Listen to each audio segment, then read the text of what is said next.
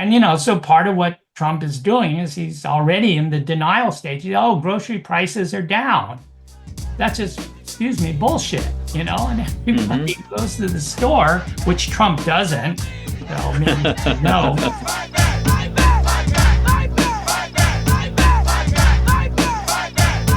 Welcome to Fight Back Radio, production of fightbacknews.org, taking you to the heart of the people's struggle. I'm your host, Richard Berg, and today we're going to be talking about the economy, the U.S. economy, Trump's tariffs, and all these sort of things. And we have back with us again Professor Masao Suzuki, who actually was on not that long ago, but for those of you that have been reading the newspapers and following things with Trump, things change awfully quickly, and so there's been a lot of developments, a lot more than usual in the days since Trump has been taken office, and so we want to try to make sense of this. I mean, a lot of times you're watching the TV or whatever, and it's like stocks are going up and down and sideways, and all kinds of things are going on, and we're trying to figure out what does this really mean for us and for working class people, and for people that are trying to be activists and to make a political change. So we're invited Professor Suzuki back, and welcome back to Fight Back Radio, Masao.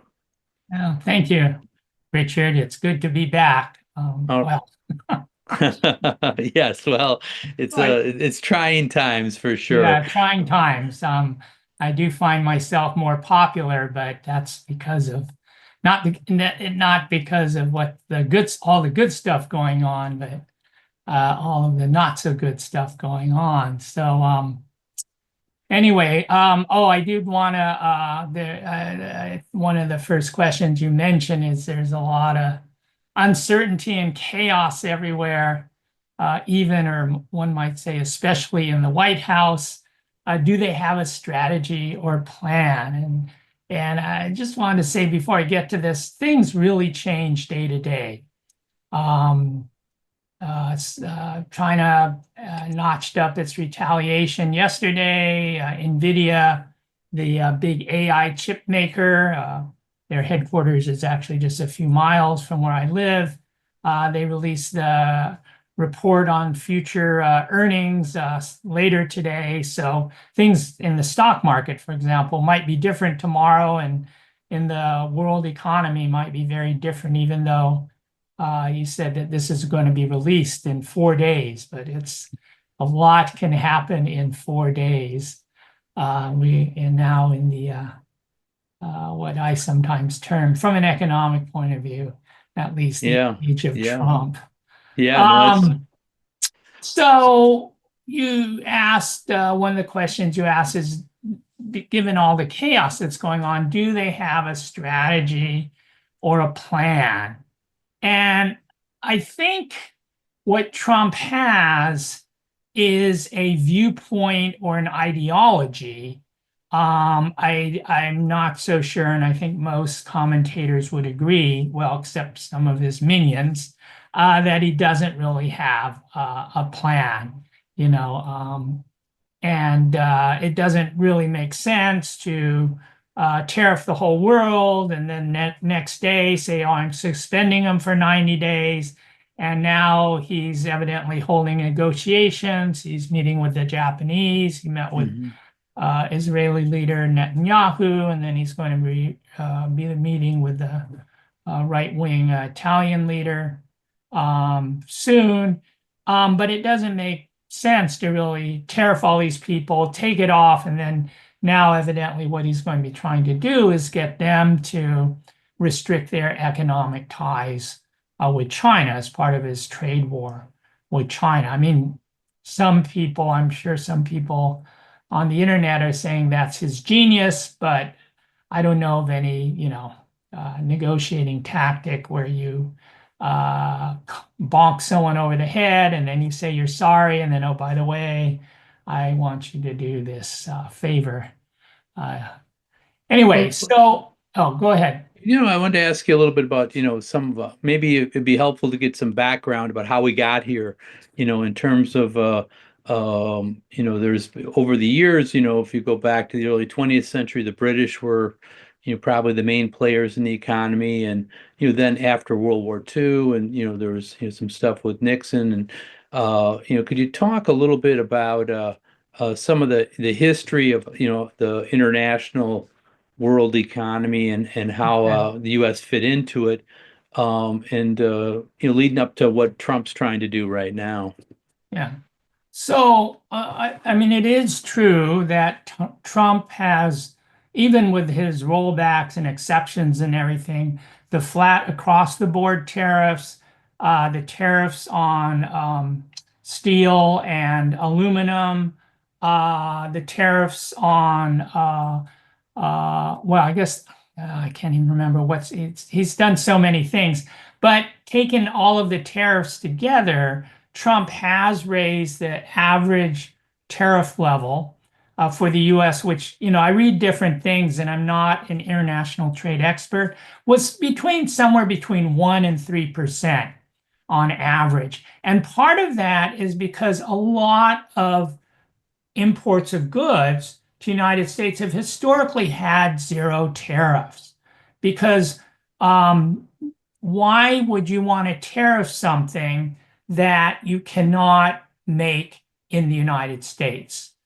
So for example, I had a banana for breakfast. I mean, it's not impossible.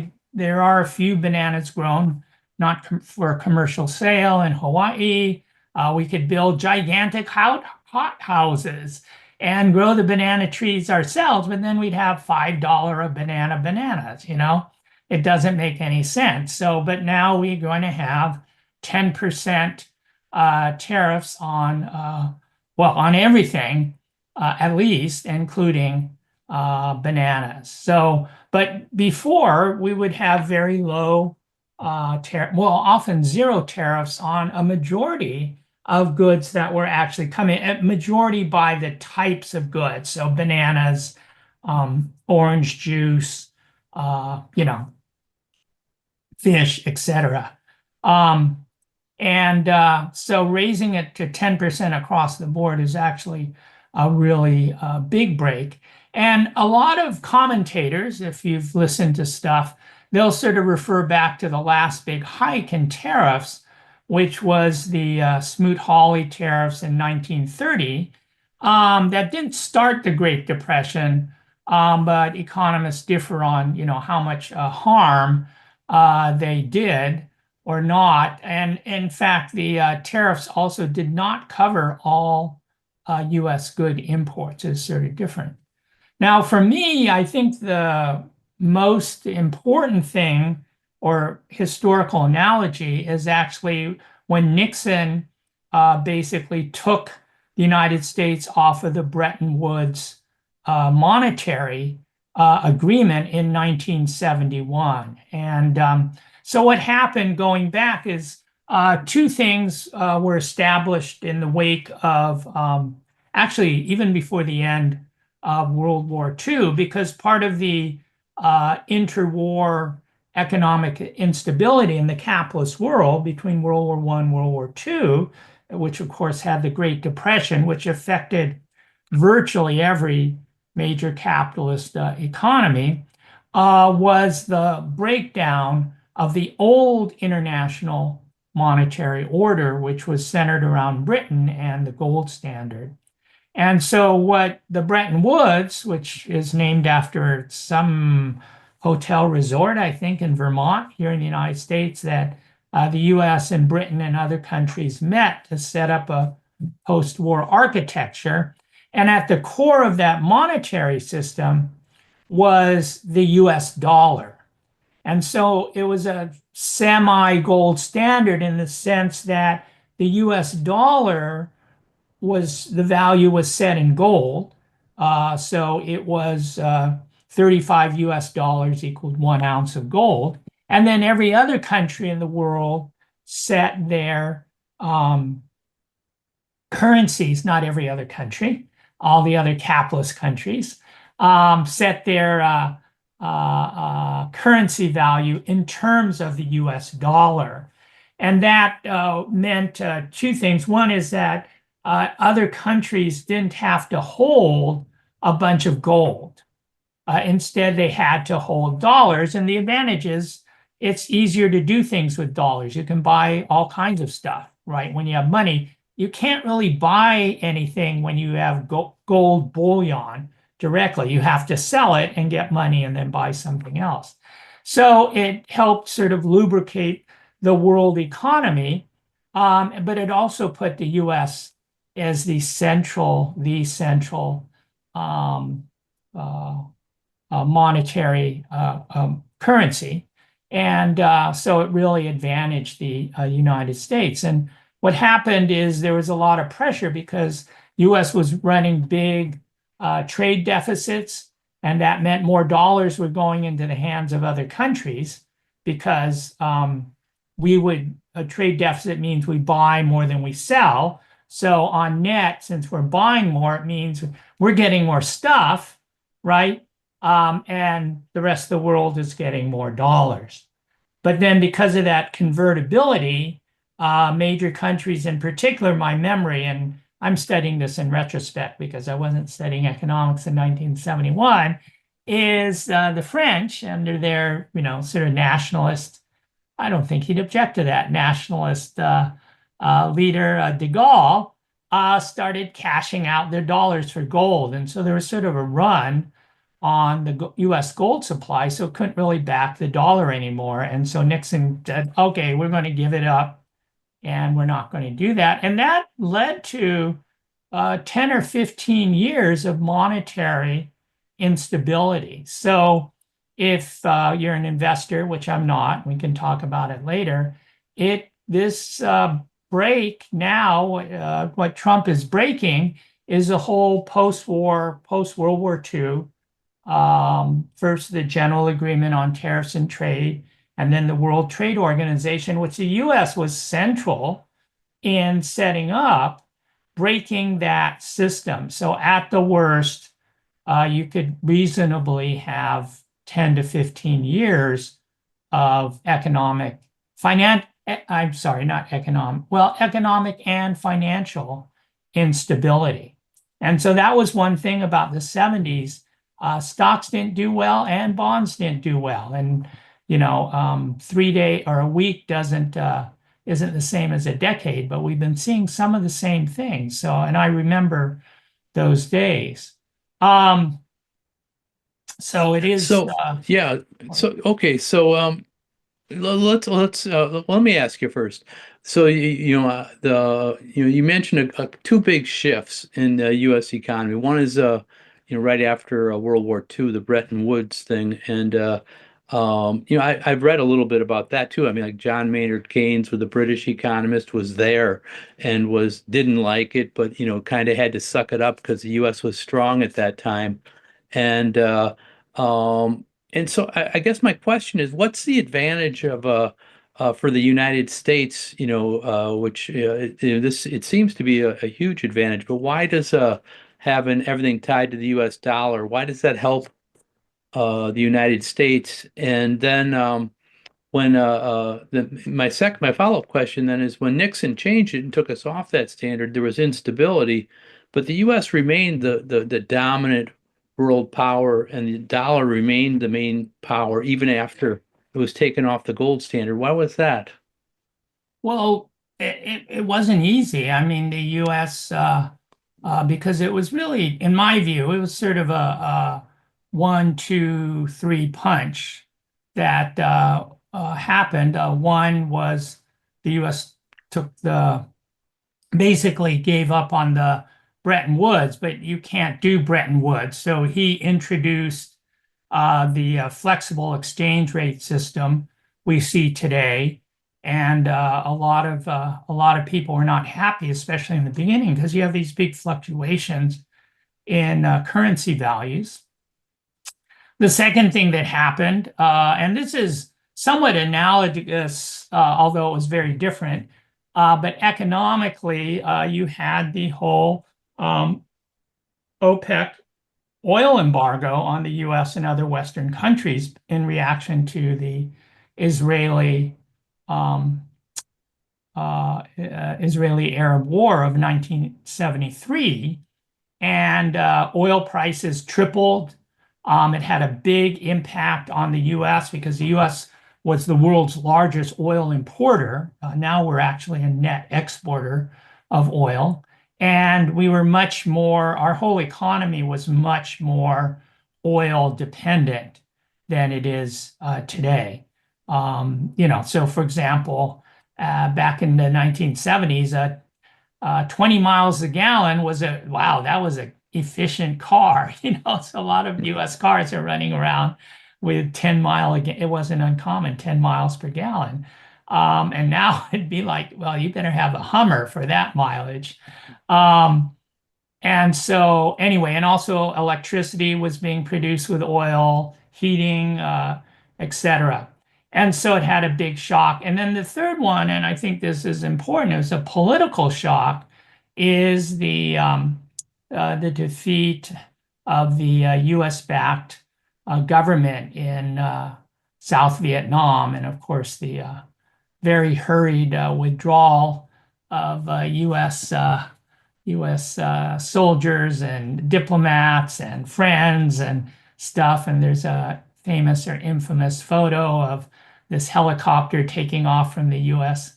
consulate, and people have been working with the U.S. and desperate to get out, hanging on, right? And so we see anyway. So it was a combination of financial, economic, and political shocks to the U.S. system, and it was not any way a foregone conclusion that the U.S. would be able to right sort of the ship of capitalism, but it did happen, and that's part of what Reaganomics was all about, was to basically try and reduce social welfare spending, definitely reduce the power of workers, and basically, increase the level of exploitation and the level of profits. And so you can see the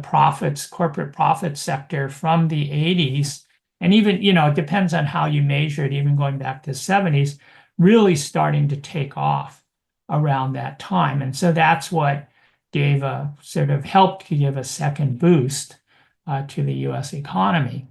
Well, let me ask you a Yeah, question sure. then about that. So, okay, so we see as the post World War II U.S. dominance, which was broken up by the things you mentioned, the French and others challenging the dollar, and then political instability in the 70s. And I remember that this whole thing of stagflation, and Jimmy Carter was blamed for inflation. Stagflation was rising inflation and rising unemployment at the same time, because historically, under most Keynesian economics, which people thought at that time was one or the other.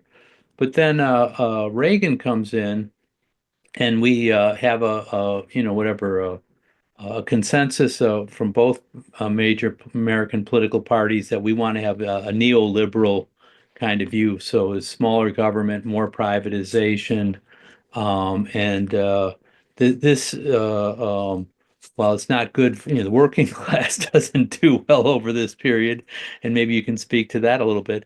It brings an economic stability for the ruling classes, and we've been rolling with that up until right now. And so my first part of the question is testing my knowledge. Is that correct? And you should correct me if I'm wrong. But then, now Trump, you're saying, is disrupting this, with the tariffs and other things. And so, what's Trump doing, and why is he, why doesn't he just roll with it if it's going good for the ruling classes? Well, I mean, that's the thing. And this is where, I think part of the reason Trump won is that he was willing to say things aren't going so good, because a lot of at least what I heard coming out from the Democrats in the last election is, oh no, the economy's never been better. Unemployment is low, inflation is low, and, basically sort of dismissing all of the people who are dissatisfied, because in fact, There's a large, possibly over half or about at least half of the US population, which is almost entirely, workers and poor, are not doing better. And in fact, when adjusted for inflation, their income is lower than it was around 1975. So that's almost 50 years of stagnant or even declining income for a lot of folks. And, we can just see that today. I mean, the number of people who are homeless and out on the street, because I see two types of homeless. There's actually far more people, maybe as many or more, I suspect more, like 2 million people who are basically couch surfing, living with their relatives, living with their friends. They're basically one friend or relative away from being out on the street, but they're not there yet. And this comes from public schools. They survey their students because they want to know if their students actually have their own place to live, their own room to study. And the numbers, while the official homeless on the street numbers come up at a little under 1 million, and everyone agrees it's undercounted. So let's say there's 1 million, but the schools have at least 1 million school children, 6 to 18 years old, who don't live in their own home, right? And who are, living basically in borrowed space. And for every school child, to me, there must be at least one other, parent or sibling. So there are at least 2 million more people. So we're talking like 3 million people. And this whole population, it really didn't exist in 1980. There was some homelessness, but a lot of it was rural, a lot of it was out of sight, and this mass urban homelessness really wasn't seen. And it's a direct result of the inequality. In my neighborhood, we moved in 25 years ago. There were no homeless around, and now there are. There's people living in RVs down the street. I'm fine with that personally. I regard them as, I just call them our new neighbors. And then there used to be a huge homeless encampment right at the nearest freeway exit, and I'd see homeless walking up and down the street, including homeless families, which was, really heart-wrenching. And now our homes, I couldn't afford to buy our home, and most of the, homeowners about my age, we couldn't afford to buy these homes because it's like they're not even $1 million homes; they're $2 million homes. It's just ridiculous, anyway. Anyone wants to know? It's like 1,400 square feet. It's a nice house, 1,400 square feet, 1 story, 3 bedroom, 2 bath, but like $2 million. That's insane.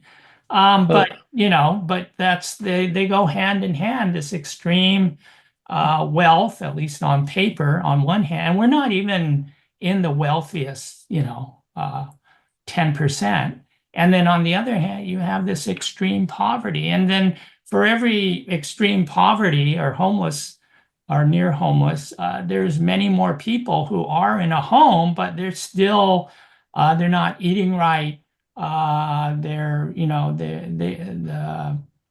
again, the Federal Reserve has surveyed households, and about 50 to 60% of households, they can't afford a $400 emergency expense, which is very easy if you have a car repair, and so they have to put it on credit. So a lot of working families have been living on credit more and more for the last mhm. 45 Yeah. years. And so, and then don't even get me started. I can do a whole show on Well, student debt, let me ask you a follow-up question then. Yeah. So it seems that okay, so the neoliberal politics of Reagan and all the presidents that came after him was unsuccessful in the ways that you describe.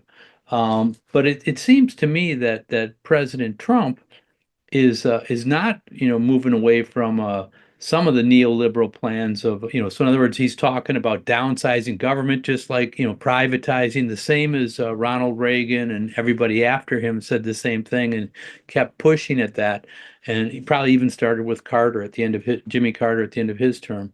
But what Trump is saying is his break is these tariffs, because the part of the neoliberal view was, okay, we're going to have whatever free trade. We're gonna basically have close to zero tariffs with everybody, and because if I'm again, I'm checking my knowledge here, so you should correct me, but it seems like the United States is so much more powerful than everybody else, has so much more resources and means of production and whatever, that they'll win this trade war if it's all equal and there's no tariffs.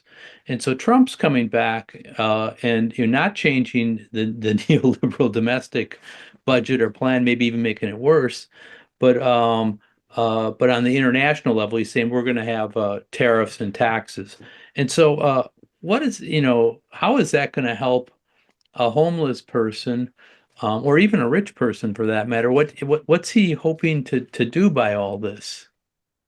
Well, that's the thing is, I think on one hand, Trump was able to appeal, especially in this past election, to people who were being left behind by globalization, right? And at least acknowledging that they exist, that they have real problems, et cetera. And of course, making false promises, that he, like, I'm going to bring down the price of eggs on day one. And he was going to end the war in the Ukraine on day one. And of course, the war is still going on and grocery prices are going down. So, one sense, one of the stages of, I'm not a real big into it, but it's sort of, I think it's going to apply to this situation, those stages of grief are stages of dying, and so one stage is denial, and I don't have them in the right order or anything. So, and so part of what Trump is doing is he's already in the denial stage. Oh, grocery prices are down. That's just, excuse me, bullshit, and everybody goes to the store, which Trump doesn't.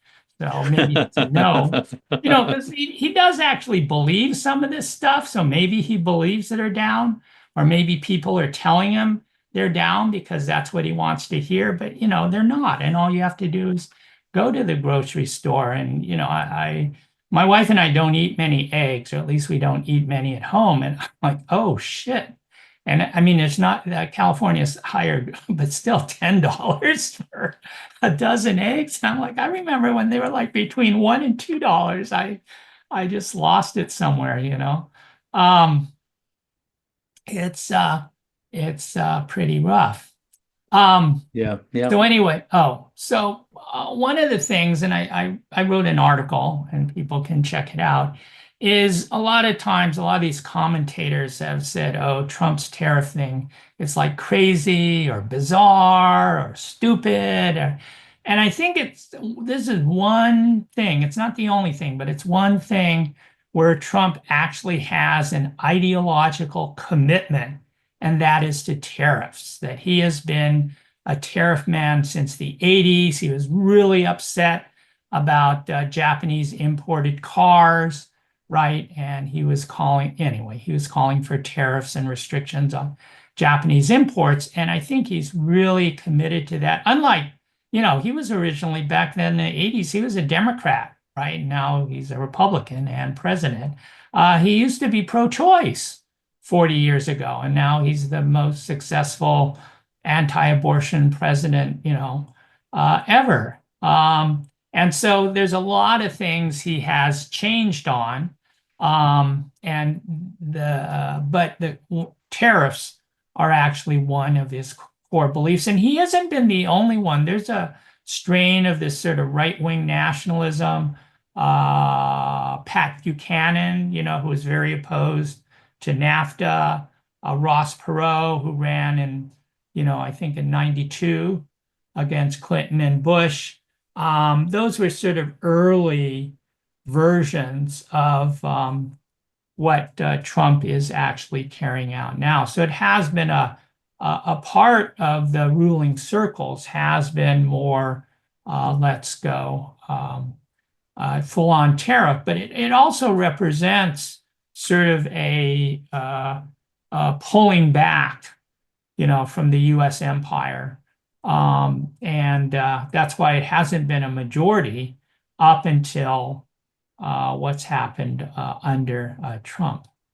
Could you elaborate on that a little bit? I mean, it seems that it seems to me that the goal of the tariffs is is not mostly to bring manufacturing back to the United States, although that might be part of it, but that it's to renegotiate some of these trade agreements that exist, and whatever NAFTA, all the whole international the things that were set up by the World Bank and the IMF, and to try to by just punishing other countries and then pulling back, that it increases negotiation power.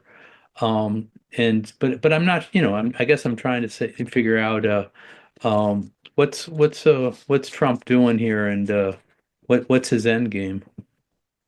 What's his end game? Or does he know part of what his it, end game and is? this is so the billionaires, the oligarchs who backed him, and they did back him big time, even more than in 2016. What they wanted from Trump was more of his first term, which was some restrictions on China, but mainly having tax cuts and deregulation of the economy, sort of Reaganomics 2, and to hopefully unleash a stream of profits that, of course, would flow to the billionaires. So they were looking for like Reagan part 2, but every politician, well, Trump maybe more than others, has their own ideas. And so I think at least they were hoping for what Trump did the first time, is he did the tax cut first, and then he did the tariffs, right? And usually when stocks go down, investors go to safer, less risky assets like US Treasury bonds. And also when there's economic instability, usually people around the world, investors around, I shouldn't say people, investors around the world, capitalists around the world, they flood into the United States because they see it as more stable. And in particular, this was true in the 1997 East Asian economic crisis. It spread from East Asia, and then there was a crisis in Russia, and then it spread to Latin America. But the US was able to sort of wall itself out. And that experience is like, oh, if there's problems, get your money to the United States, and then it'll be safe, right? And it's true in a lot of developing countries, especially in the past. Well, that's where you have to be careful with Mr. Trump is. So he's one of the things I think he's tried to play himself off as is, I'm not a politician, I'm a businessman, right?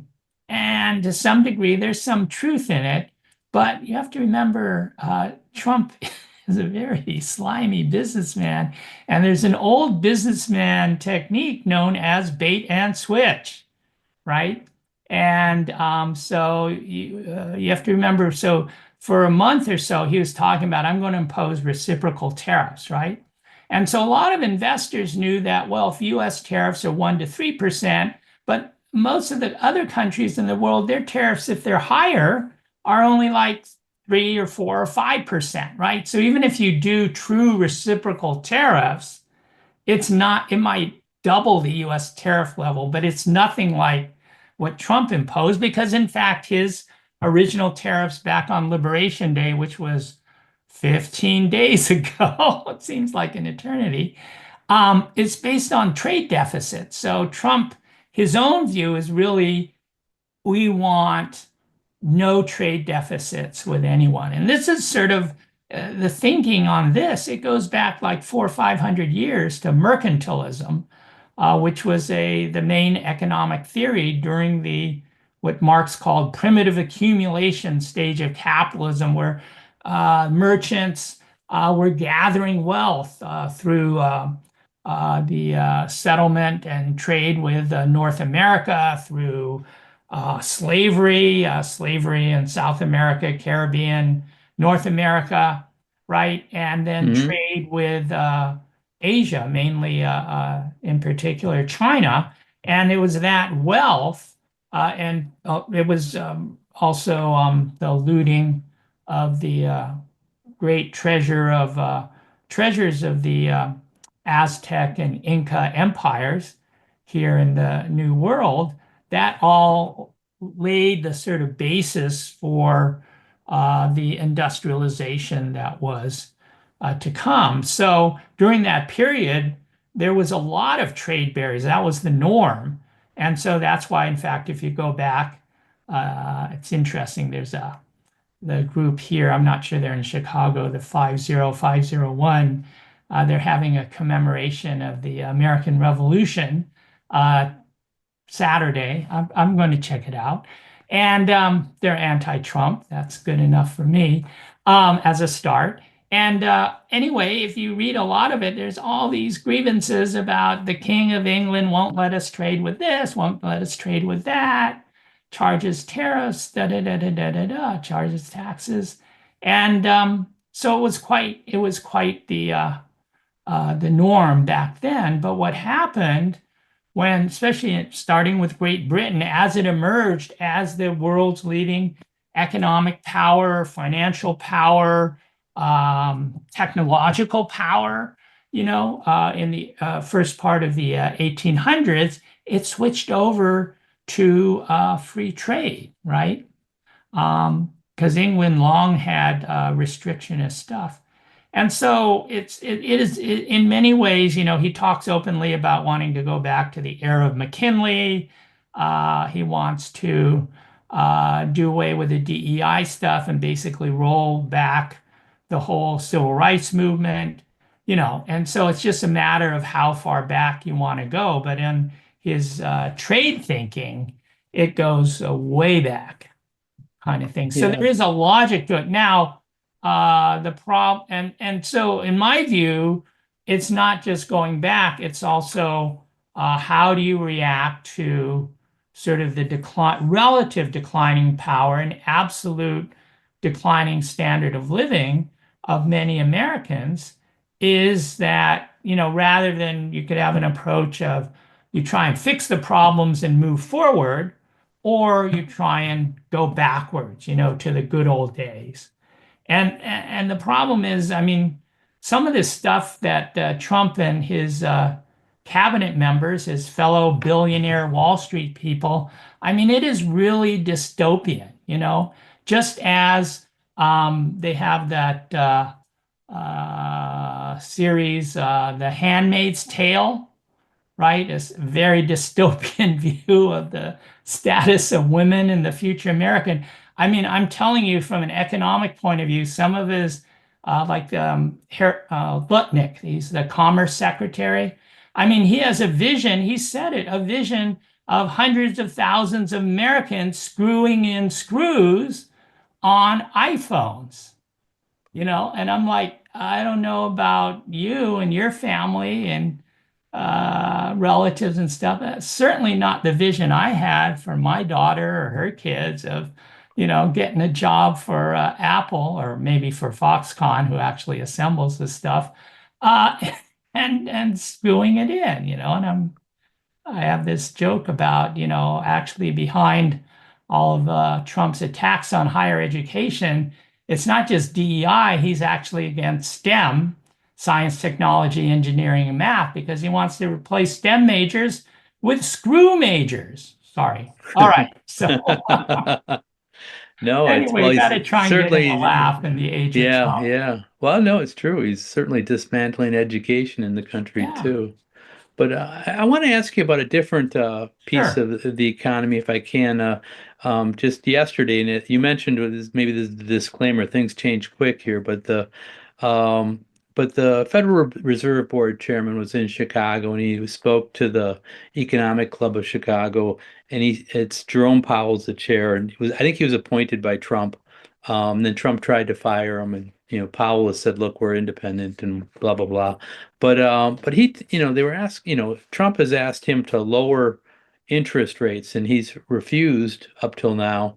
And even yesterday said, there's a possibility, he's going to wait till the smoke clears of all the things going on now, but there's a possibility they'll raise interest rates because of inflation, and that the possibility of inflation from tariffs, which he described, that he said tariffs are inflationary, at least in the short and medium run.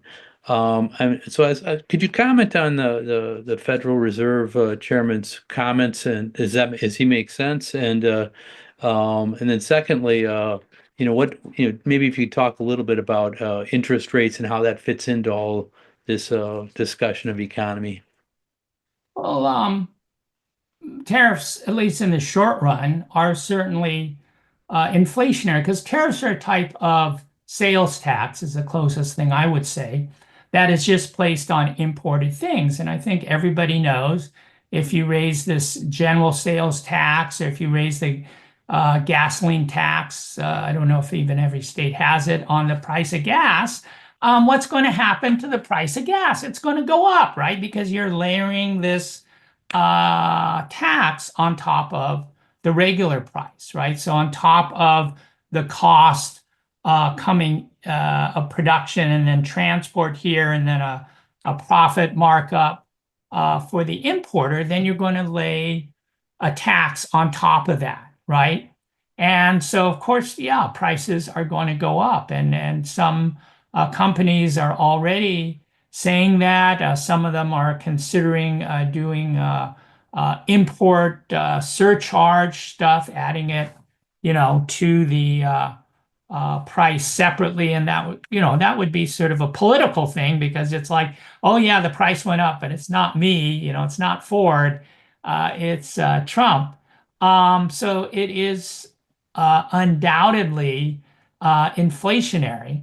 And so that the Federal Reserve standard reaction to inflation is to keep the interest rates higher, relatively higher. And this is where I just realized that maybe Jerome Powell and myself are channeling the same memories of what I mentioned earlier about Nixon going off the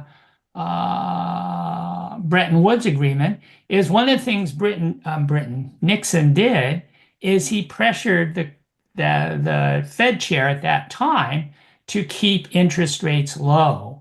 And from the Fed's point of view, that was a mistake, and that allowed higher and higher inflation until finally it hit double digits at the end of the 70s and in the early 80s. And so that's why it's much more likely they're going to stand pat. Now, I think Trump wants lower interest rates for the same reason that Nixon did, is that everything else being equal, lower interest rates are more popular, right? Bring down your credit card rate, bring down your mortgage rate. Banks can make more profits.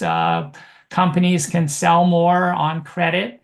And but the thing is, if you do that, if you just encourage more and more buying, that can be also inflationary. And so that's why Trump wants it to be down, because in the short run it'll be popular, but in the medium term it will tend to be inflationary. And I think, if I was a betting man, and I'm not, but I think what's his name? Sorry, Powell's term is up as Fed chair is up next year. And I think I talked about denial, like, oh yes, actually prices are going down when they're not. So one of the next thing is, you try and blame someone else. Again, it's not you, it's Jerome Powell, it's the Fed. And so I think personally, and probably just because I'm sort of negative on the US economy and the establishment and Trump than most economic commentators, I think there's a decent chance that Trump will try to fire Jerome Powell, because he's already fired members of other independent boards, not as important to the economy as the Federal Reserve, But it's been pointed out, and they're suing to try and get their jobs back, that basically they can only be removed for basically malfeasance, right? You have to show he's stealing from the Fed, or he hasn't been coming to incompetence. He hasn't been coming to any of the Fed meetings, or he's been, doing something, would suggest he's lost his mind, like, well, I won't say that. Well, Like let some of me the no. stuff Trump has done. Yeah, no But kidding. Yeah. I think, he even mentioned it, I think it was yesterday, about it can't come too soon. And at some point, he's going to say, well, the economy needs lower interest rates, so I'm firing Powell. And that's going to cause, you think the tariffs were bad, that's going to cause a real big upset on Wall Street and the bond market and the value of the dollar and everything. But so Well, it maybe, raises the issue of bourgeois democracy as well, even more so, I think, than like the National Labor Relations Board and some of that. And yeah, what you the can call it bourgeois democracy. I mean, it's related. It's the rule of uh, law, yeah, and right, Trump's correct. trying to remove the rule of law because and one of the things about the Federal Reserve, it's not democratic at all, because one of the things that's interesting is a minority, about 40% of the Federal Reserve Board is actually elected by banks directly, selected by banks,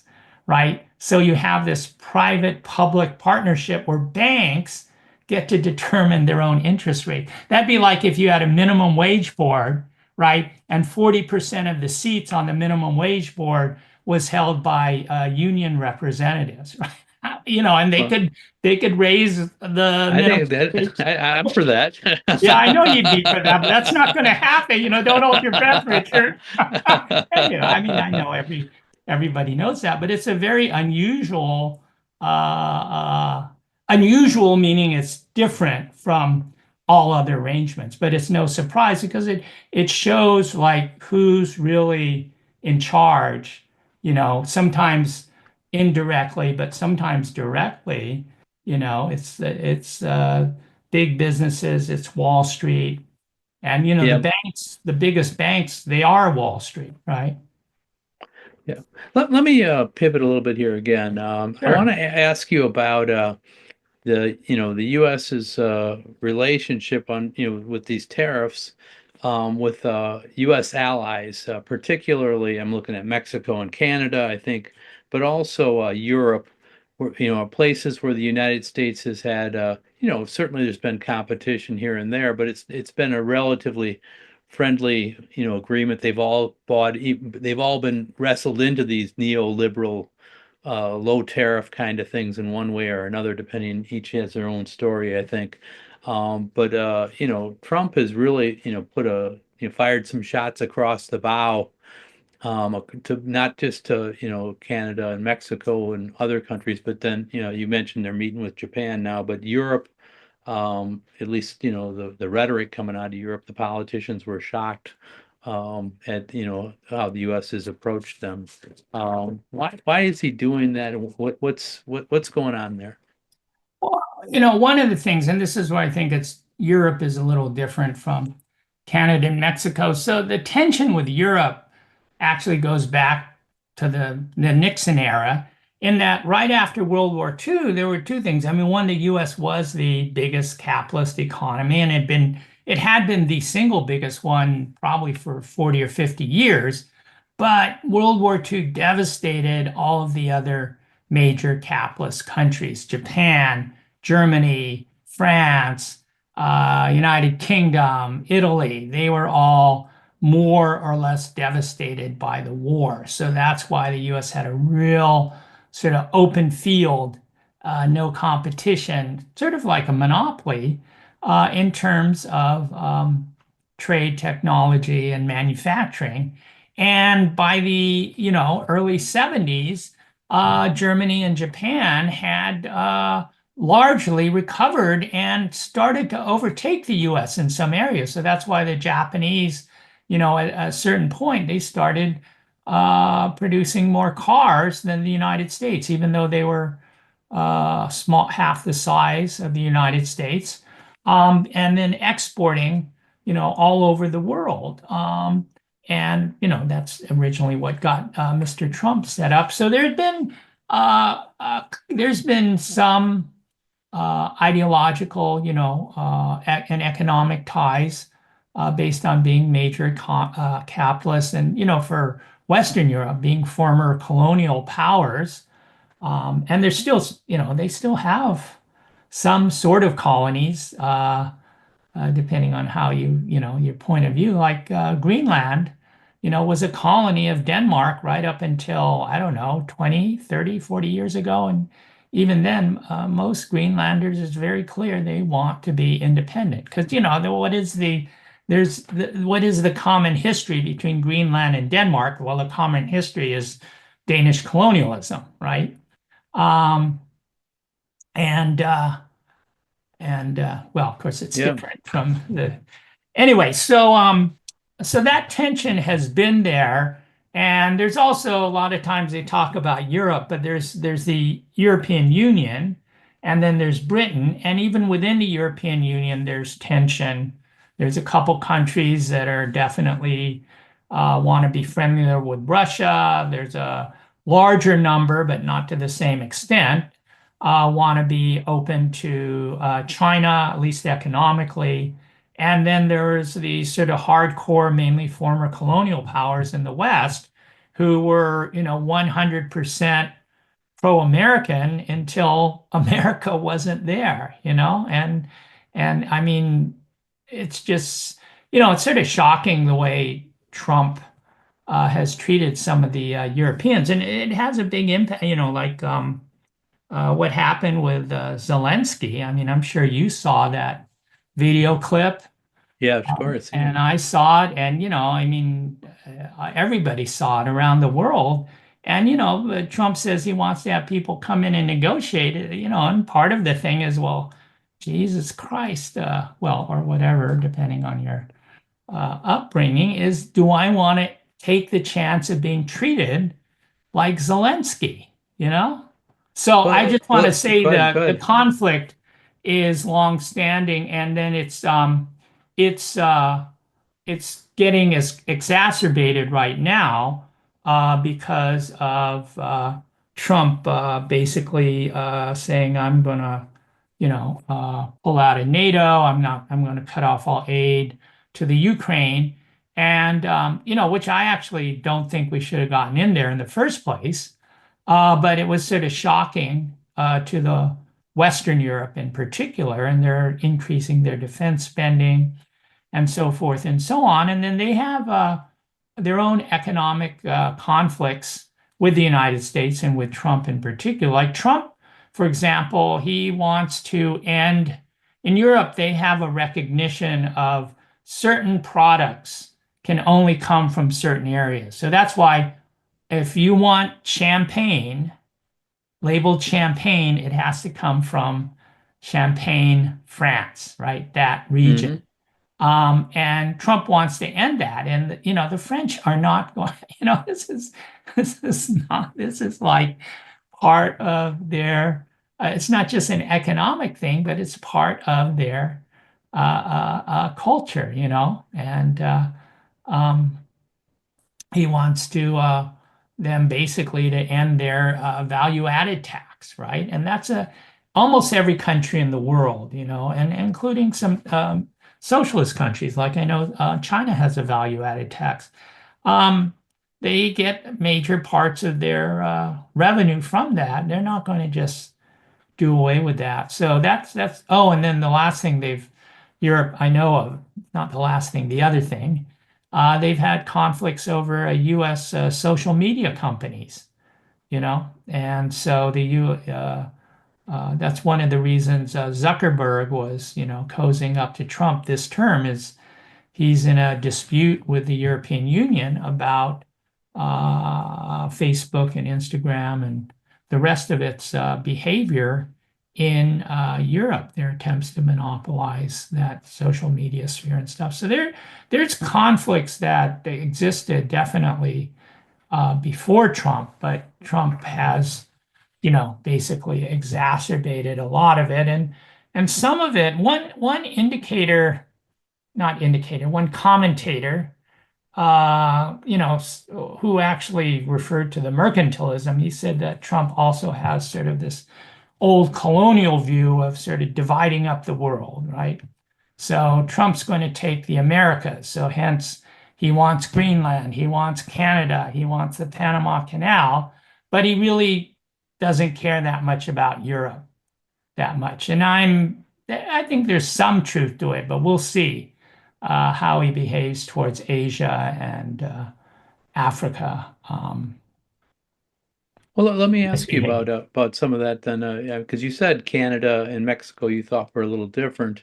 Could you elaborate a little more on, what is how he's acted towards Canada and Mexico and how that's, different than Europe? Well, what's happened with the development of NAFTA, and it actually even NAFTA was preceded by a U.S.-Canada free trade agreement that came out it was either under Reagan or Bush Senior. The auto industry in particular has built an integrated supply chain across Canada, the United States, and Mexico. It's treated it as like three different, states in the United States, right?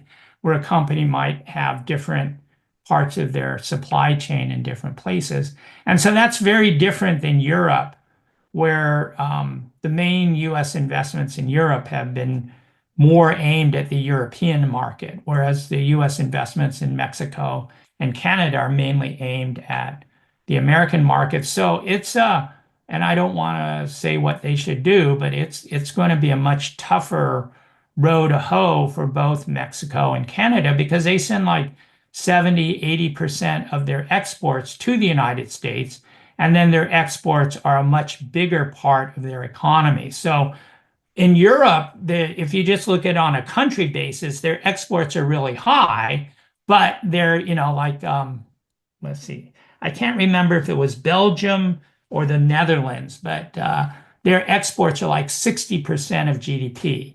Here in the US, they're like 10 or 15%, right? But almost all of those are to like France. They're in between France and Germany, right? So they're a little country trading with France and Germany. So and Canada economically is smaller than the US. I'm not going to call them a little country because they're like, no, we're bigger than the United States. Anyway, so it's going to be tough on them, I think. And Canadian, so one of the things I have a real imbalance because I watch a lot of stuff from Canada because it's in English. I just can't watch stuff from Mexico. I don't, my Spanish isn't capable, but Canadian commentators themselves, they're very clear. We're going into a recession, good chance US will too, but we're definitely, and the only question for us, is it going to be a short one or is it going to be a long one? Wow. But Okay. we'll see. Then what's been in the news more recently is especially with Trump's, I can't remember even what he called it the day after his Liberation Day, where he suspended all the tariffs for 90 days, it's really become objectively really focused on China. And one of the things Trump didn't like is he warned them, don't retaliate. If you retaliate, I'm going to do. China at first, when he first laid the fentanyl ones, they were, at least they're from what their reaction was very moderated. It wasn't one for one. It was sort of like, okay, he wants to negotiate something. But then as Trump kept on ratcheting up tariffs and when China matched it, then he ratcheted it up more, that China has adopted a much harder pose now and basically was for a while matching Trump's tariffs 1-to-1. And then at 100, when Trump raised it to 145, China went to 125. And then they said, we're not going to react to Trump's tariffs anymore because it doesn't mean anything. Because when you're at 100% tariffs, it means almost all your trade is going to go away. But then what China did and is still doing is they are retaliating in other ways. They are putting restrictions on so-called rare earths, which actually aren't that rare. But what's rare is the processing and extraction of them, which something like 90% is being done in China. So the ore is not rare, but the actual metal is it's concentrated in China. They put restrictions on and we may not think about it, but U.S. has a big trade surplus in services to China. And one of the things that China did is they restricted the number of Hollywood films that can be shown in China, right? And in the past, they were quite popular, Hollywood films, although it's been declining mainly because of changes in the Chinese theater going taste, but they started to restrict that. And that's also sort of a larger warning of there's other services we can restrict. And then yesterday, evidently, they told all their airlines, which, well, when I was there, when was I there? In 96. I mean, every single plane I flew in China was a Boeing, right? And it's not that way now, but it's still, at one point, China was 40% of Boeing sales. Now they're down to, before this whole trade thing, maybe 20%. But it's a big market. And they told, and of course, with 125% tariffs, airlines aren't going to buy more, but they're going to buy, they told the Chinese airlines, don't take delivery of the jet, don't acknowledge receipt and pay them, right? And so what China is doing, and this is where here in the US and in the Trump administration, they look at it this way. It's like, okay, we have a big trade deficit. So we're buying more from China than China's buying from us, maybe about 2 to 1. So that means that China is going to be hurt more when we cut off their exports than we are going to be hurt by China when China retaliates and cuts off our exports to China. But that's a very mechanical and shallow way. It's just looking at the dollar value, and it's not looking at, well, what is it actually that China is buying? Because China, a lot of what China buys are sort of raw materials. Soybeans, for example, at one point, China was buying like 40% of the US soybean crops. Well, you can buy soybeans. Well, what they did in the first Trump administration, they buy them from Brazil. I'm sorry, and my apologies to all Brazilians who are there. It's like, how can you forget our country? It's almost as big as the United States. I do that. It's not intentional. And then, for oil, China is a net importer of oil, and actually some of it comes from the United States or U.S. companies, and that's going to end, but they're actually trying to buy more from Canada. So they have sources for all of these things. Now, the one thing, there aren't other sources, for example, well, one is, even in terms of Boeing, there's, of course, Airbus. And Airbus actually has been building assembly plants in China, right? The final assembly. So Airbus, the French competitor of Boeing. Well, French-German. It's the European. German. Okay. Yeah, European competitor. And so they have that. They have a native domestic airplane, I forget the initials, C919, I think it's called. It's a narrow body. I think that it carries 120 to 150 passengers, but they're also working on a wide body one. And then the other thing, which no one has mentioned here in anything I've listened to, China has the biggest high-speed rail train network in the world. In fact, they have as much high-speed rail as the rest of the world combined. And so domestically, even if they have to throttle back on flights because they're going, if this trade war goes on, China is going to have to basically cannibalize its own planes to keep some of them running, right? Because they can't get new parts. Then, people can go on the train, might take a little longer, but I've even looked at some of them, and it's like if you count the time to get to the airport, and then there's security, and then, when you add all of that up, it's in a lot of China, it's not that different. And they have anyway, they just have a lot of friends of ours that are thinking of going to China, and I looked up, where they wanted to go, and I was like, even when they described it, it's like, oh, it's this little town, and it's got 1 million people now, and it's also got a high-speed rail station, so you can just take high-speed rail. Um, so China has a lot of options. It's also it's more popular, and it's also more popular. I mean, the only place I can really judge the popularity directly is Canada, and there is just this outpouring. If you look on the internet, and I'm only looking at the Anglo-Canadian stuff. I mean, there's just all this stuff. It's like it's some of it's analytical, some of it's like we got to fight back. A lot of sort of this nationalist stuff. A lot of it is making fun of the US and Donald Yeah. Trump in particular. And I'm not saying I don't think the Canadians, the people's feeling for what Trump has done is that different than most other countries, and certainly not. And if there's that kind of feeling in China, that's the thing, it happened during Trump one too. People in other countries are more willing to take the pain of retaliation because they know they didn't start it. They know they were hit first, right?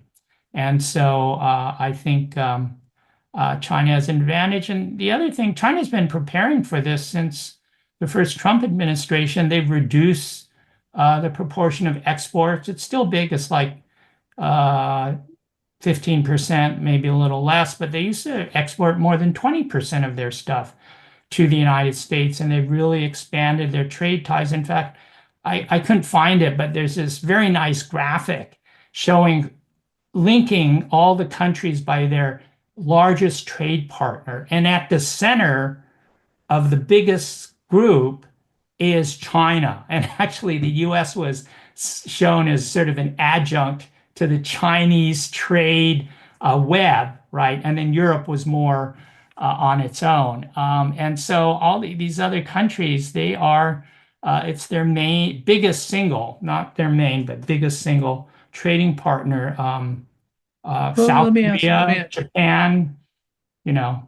yeah, let me ask you about that. I mean, and then yeah, I know we're wrapping up here, but because China's important, I think, and they've been they've been growing. Their economy's been growing and growing for decades, and the U.S. this is what's they've sounded the alarm or whatever a long time ago.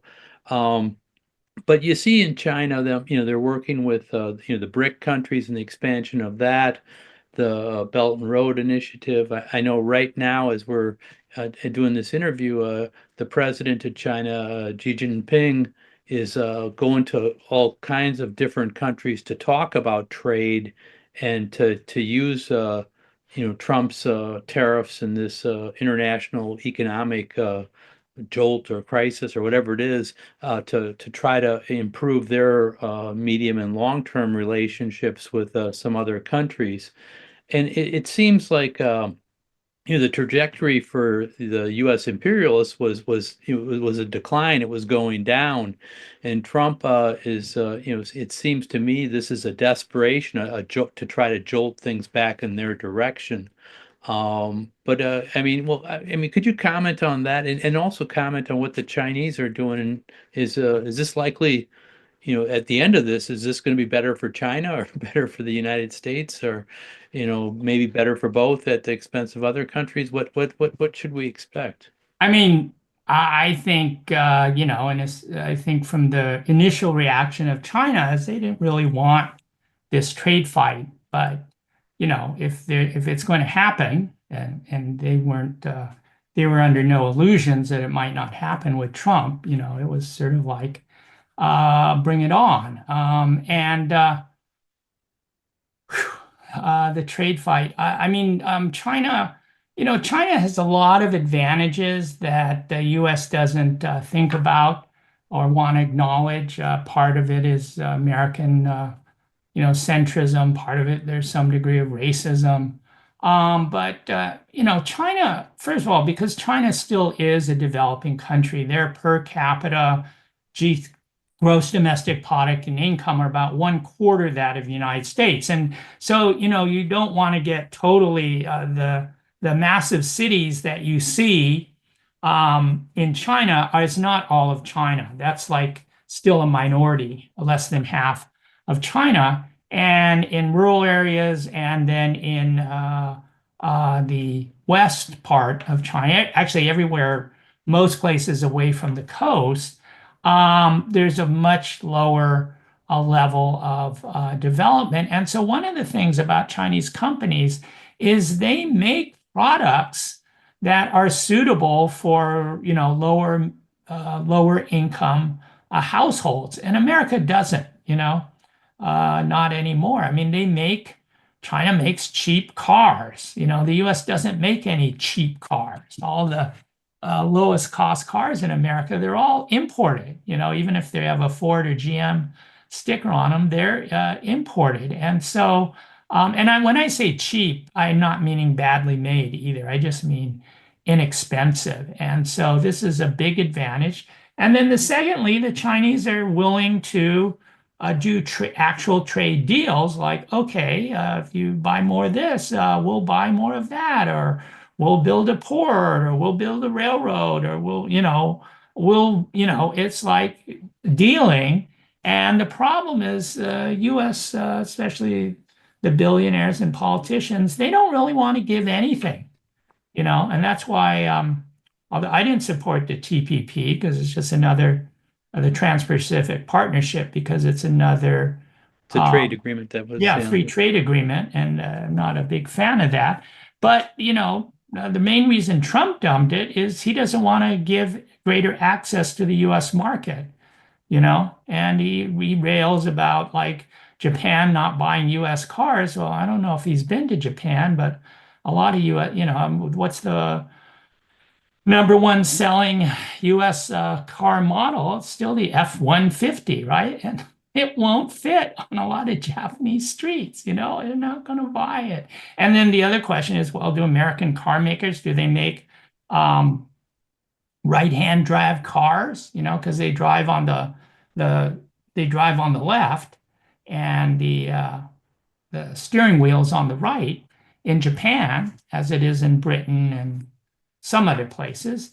And I really don't think so, but it's like, do the Japanese insist that we all drive in a right? No, they make, like left-hand driver's side, drive on the right side of the road, cars for us, because they know that's what'll sell. And we don't, American companies, I shouldn't say we, because I'm not the owner of Ford, American companies generally don't do that. And that's where even this whole US is trying to limit China's development of high tech and now AI kind of thing. And the US is just getting shocked, when what's that Chinese AI, DeepSeek?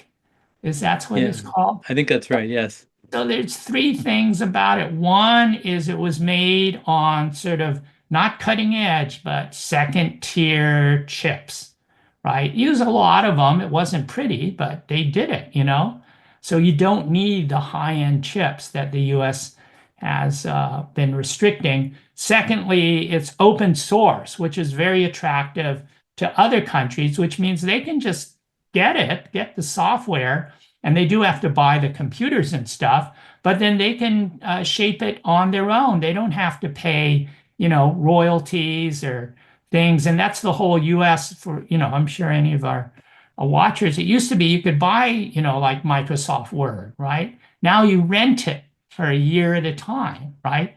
And that's what they want to do with the American AI, Chat GPT, etc. But the China one is like, it's open source, which means it's basically free, the software is. And then what was the third thing? Oh, and then the third thing is that whole restriction, and it just this is what's tanking NVIDIA today, is the Trump administration lowered the level of export ban from the highest level to like the middle level. And so now NVIDIA said it's going to be like a $9 billion hit to their revenue. But that second level, China can make them, maybe not as cheaply, maybe not in the quantity, but they can make them. And then what's going to happen is one thing the US is doing is they're restricting the NVIDIA and other US chips to other countries because they don't want it sort of leaking into China. And so some of the countries that aren't close US allies, like say Japan, um, they may not have the access they want to US chips, so they're going to buy Chinese chips. Yep. No, I see that. Yeah. And Um, yeah, I mean, unfortunately, our time is starting to run out here. This has been you've given us a lot here, Masao. We appreciate that.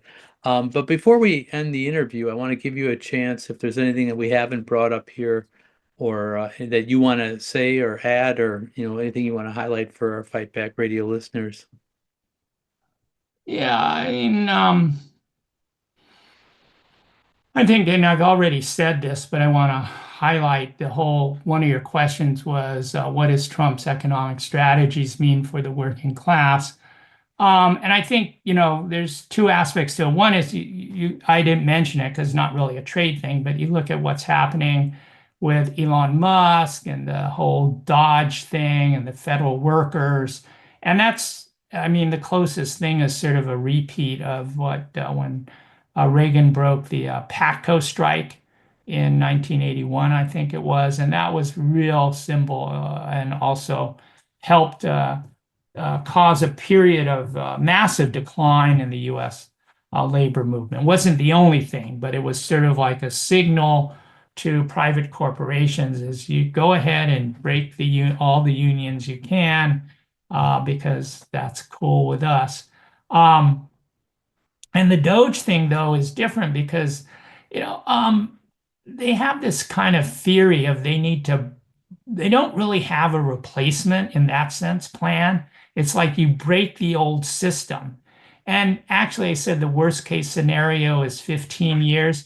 The absolute worst case scenario economically, which I don't think is going to happen, so don't go do anything based on this, is some of the methodology of break it first is similar to the US and Western economists who went into Russia with the fall of the Soviet Union, and basically it's like they broke up the Soviet economy, right? And it caused a 40% drop in gross domestic product, massive poverty rate went from like 2% to 40%. It was just crazy. And in fact, if the Russian economy wasn't sort of bailed out by the rise in oil prices in the 2000s, it was looking more and more like a third world country economy, and that's sort of the worst case because you have these people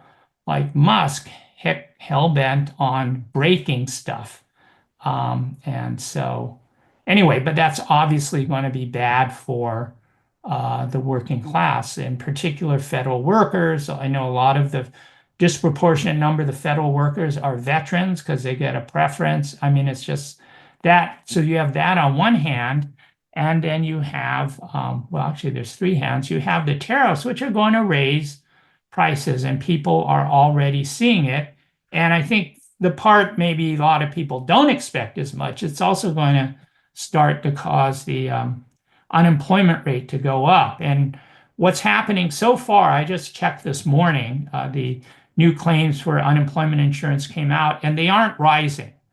But the number of continuing claims has been going up, just gradually up and up and up, which means it's harder and harder for people who are laid off to find new jobs. There's not that many more people getting laid off, but it's going to be harder to find new jobs. And that's why I think it's going to be harder for many of these federal workers if, in fact, they finally do get terminated because they're fighting it.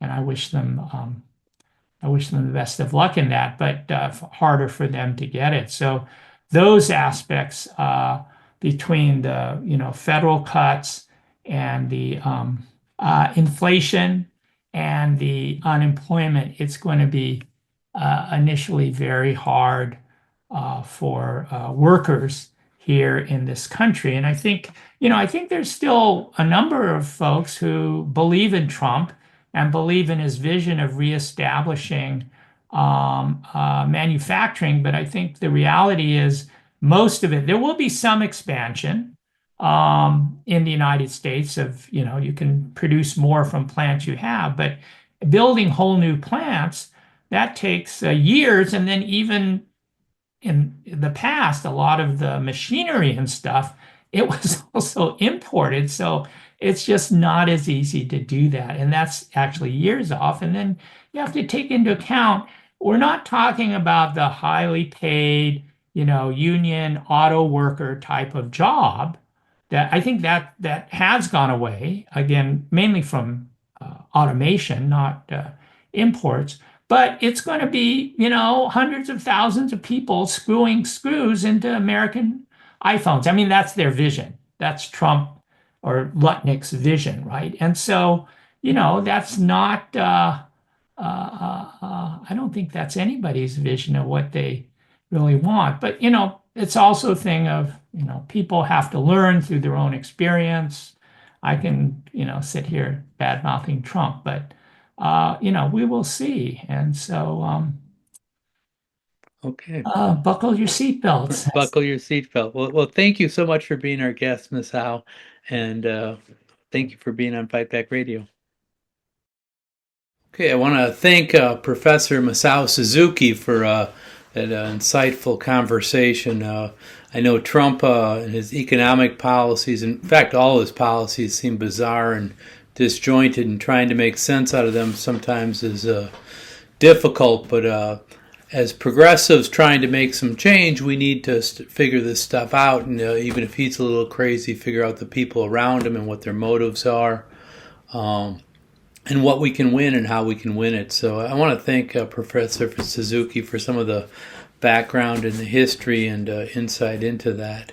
Also, I want to thank Fayani Aboma Majana, and last time did most of the editing, almost all of the editing on our last episode, and has joined our production team and is involved in a lot of different ways, helping us upgrade here. And Fayani will be an important part of the Fight Back Radio team. And yes, I mean, it's we're going through and trying to improve some stuff, making changes. And so I thank you so much, Fayani, for helping us out and joining the team with that. And I just want to also announce it's an anniversary for Fight Back Radio. May 1st marks 3 years. So every May Day I think of this. We've been doing Fight Back Radio for just about 3 years now, and it's pretty it's pretty spectacular that we've done this with an all-volunteer army, and we've done it we haven't missed a single episode, and fortunately we've had some really great guests and a really great production team that we've been able to hopefully continue to improve.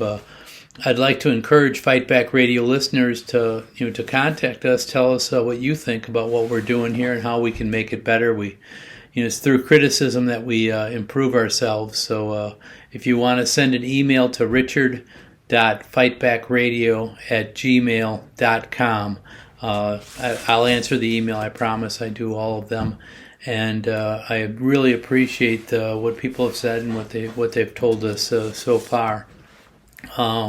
Then a couple things I want to also point out. I just said, our anniversary is May Day, May 1st, but May Day, more importantly, is International Workers' Day, and people across the world use this day to voice working class demands and to try to put forward and unify as best we can across the class in the fight for working class rights and power.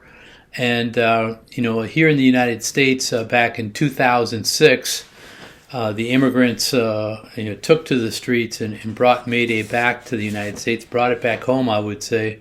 The first May Day was a commemoration of the martyrs in Chicago fighting for the 8-hour day who were arrested in 1886 and hung the following year for their efforts to try to bring unions and 8-hour day to our lives. So we stand on the shoulders of the people that came before us, and it's important to get out there and march on May Day, go to a program, whatever, but it's this May Day more than ever. And I think it's going to be big. I mean, I think the protests in the United States will be unusually large. Trump has a way of bringing us all together, and as Masao just told us, some of the things that are going on. But find a May Day march in your area. If you're having difficulty, you can send an email to Fight Back Radio, and we'll track one down for you. A couple other things I just want to give a shout out to.